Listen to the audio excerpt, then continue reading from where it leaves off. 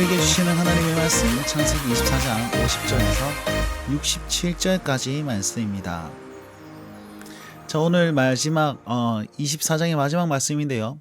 오늘 본문은요, 리브가가 이제 자기 고향 땅인 메소포타미아 지역 나홀의 성에서 떠나서 가나안으로 들어가는 장면이 나옵니다. 어제 말씀 보니까 이제 하나님께서 행하신 일들을 다 얘기하고 그래서 이제 라반과 부두엘에게 당신들이 어떻게 할 것입니까? 라고 물어보는 장면으로 끝이 났습니다. 오늘 그 대답을 듣는데요. 이 일이 여호와께로 말미암았으니 우리가 그 가부를 결정할 수 없습니다. 그리고 여호와의 명령대로 그를 당신의 주인의 아들의 아내가 되게 하소서, 이렇게 얘기했단 말입니다. 하나님께서 계획하신 일이고 진행하시는 일임을 우리가 확신했으니 그를 데리고 가라, 이렇게 얘기하면서 하나님을 행하신 일을 인정하지요. 신앙을 인정합니다. 종이 그 얘기를 듣고 다시 한번 여호와께 경배하고요, 가족에게 은금과 폐물과 의복 등 보물을 줍니다. 이것은 결혼 집창금인데, 당시 결혼은요, 신랑이 신부를 데려오기 위해서 결혼 집창금이란 걸 줍니다. 그건 어디에 쓰이느냐, 만약에 신랑이 죽어서 과부가 되면 그 생활비로 쓰고, 그리고 만약에 과부가 되지 않고 죽었다면 이제 자녀에게 주고, 자녀도 없었다면 다시 그 친정에게로 주는 것이 이 결혼 집창금이었습니다. 그거를 어마무시하게 줬단 말이죠. 그러면서 나를 보내신 주인에게 돌아가게 하소서, 하룻밤만 묵고 바로 데리고 가겠다, 이렇게 얘기를 한 거예요. 그러니까 가족들이 너무 섭하잖아요. 이 며칠만 혹은 열일만이라도 우리와 머물게 가라, 이렇게 얘기를 합니다. 이것은 근거 있는 요구인데, 그 당시에는 결혼식을 한 일주일에서 뭐 열흘 정도 이렇게 진행했단 말입니다.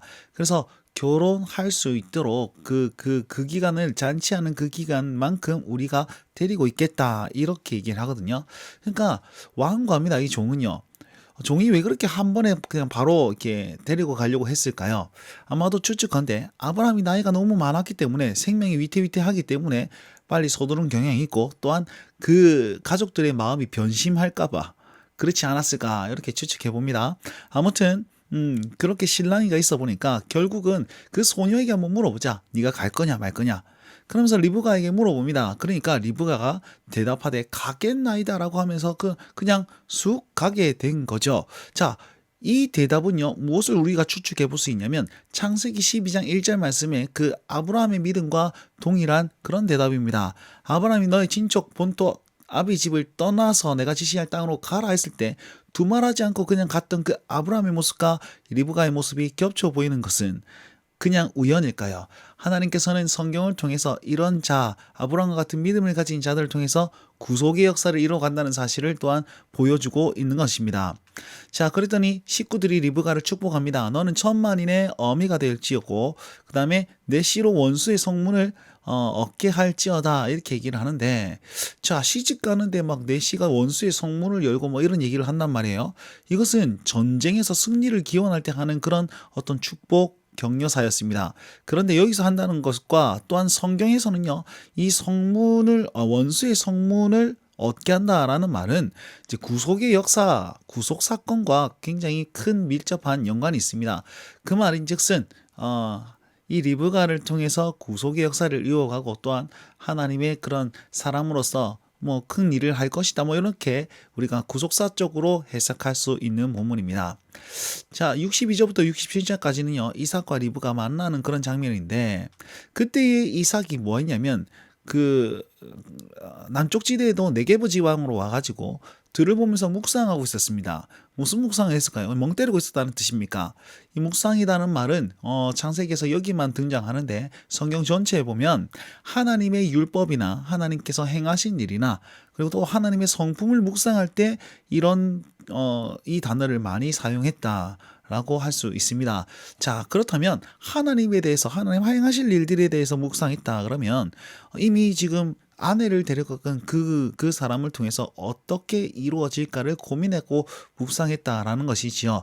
자, 우리가 24장 처음에 있었을 때 아브라함이 또 축복해주고 또 종이 기도하면서 이 여정을 시작했습니다. 근데 마지막도 지금 묵상하고 있다는 사실은 기도하는 자세로 그렇게 시간을 보내고 있었다, 이렇게 해석할 수 있습니다. 63절 보니까 이삭이 묵상하다가 눈을 들어 딱 봤더니 낙타가 오는 거예요. 이렇게 오는 거예요. 그리고 리브가도 딱 눈을 들어서 이삭을 바라보고라고 64절에 얘기하고 있습니다. 서로 그냥 바라봤다라는 것을 보이겠죠. 그냥 눈빛이 딱 맞춰져서 이렇게 찌릿찌릿했다. 직감적인 교감이 아마 있었을 것이다라는 것으로 이 이야기를 이어가고 있다라고 생각하면 되겠습니다. 자, 그러면서 묻습니다. 저 사람이 우리에게 마주오는 자가 누구냐? 라고 얘기하니까 내 주인입니다. 라고 종이 대답합니다. 그러자 이게 낙타에서 내려서 그 얘기를 했단 말이에요. 자기 얼굴을 싹 가리는 거예요. 자, 이것은 무엇이냐면 그 당시 결혼 예법 중에 하나였습니다. 신부가 신랑의 얼굴을 이제 보이지 않는 것. 자, 이 말은 즉슨 리브가가 그만큼의 그런 인상과 성품을 가졌다라는 것으로 우리는 적용할 수 있습니다. 결국 67절 말씀 보니까요. 이삭이 리브가를 인도하여서 그 어머니 사라의 장막으로 드리고 아내로 맞이하고 사랑하였더니 이삭이 그의 어머니의 장례한 후에 위로를 얻었더라. 이렇게 얘기하면서 누구와 계속 연관 짓습니까? 사라와 연관을 짓습니다. 사라는 열국의 어머니였습니다. 그 어머니와 연관지어서 그의 어머니의 장막에 드리고 또 그 어머니 대신하여 위로를 받음으로 말미암아서 이제는 이 리브가를 통해서 이 열국의 어미의 그런 어떤 일들을 진행해 나갈 것이다 라는 사실을 암시해 두고 그렇게 말씀하고 있다는 것입니다. 자, 오늘 말씀을 기억하십시오. 오늘 말씀을 보고 우리 삶에 어떻게 적용했으면 좋겠습니까?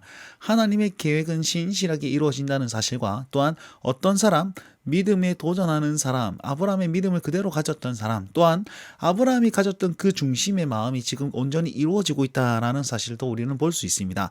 그래서 24장은요, 창세기 12장 말씀과 굉장히 밀접한 연관이 있습니다. 아브라함이 떠났던 것처럼 리브가도 떠났고, 또한 아브라함이 이 가나안 땅의 자손과 땅을 기업으로 얻겠다는 그 믿음으로 행했던 그 모든 것들이 하나님께서 성취하고 있고 또 리브가를 통해서 이루실 것을 또한 약속하고 있다라는 사실을 우리가 볼 수 있다는 것입니다. 이 하나님의 신실하심 아래서 우리는 아브라함의 믿음처럼 믿음으로 도전하고 행동할 수 있는 오늘 하루의 삶이 되면 어떨까라고 생각해 보고 적용해 봅니다. 자, 이 말씀 붙들고 오늘 하루도 승리하십시오. 날마다 주님과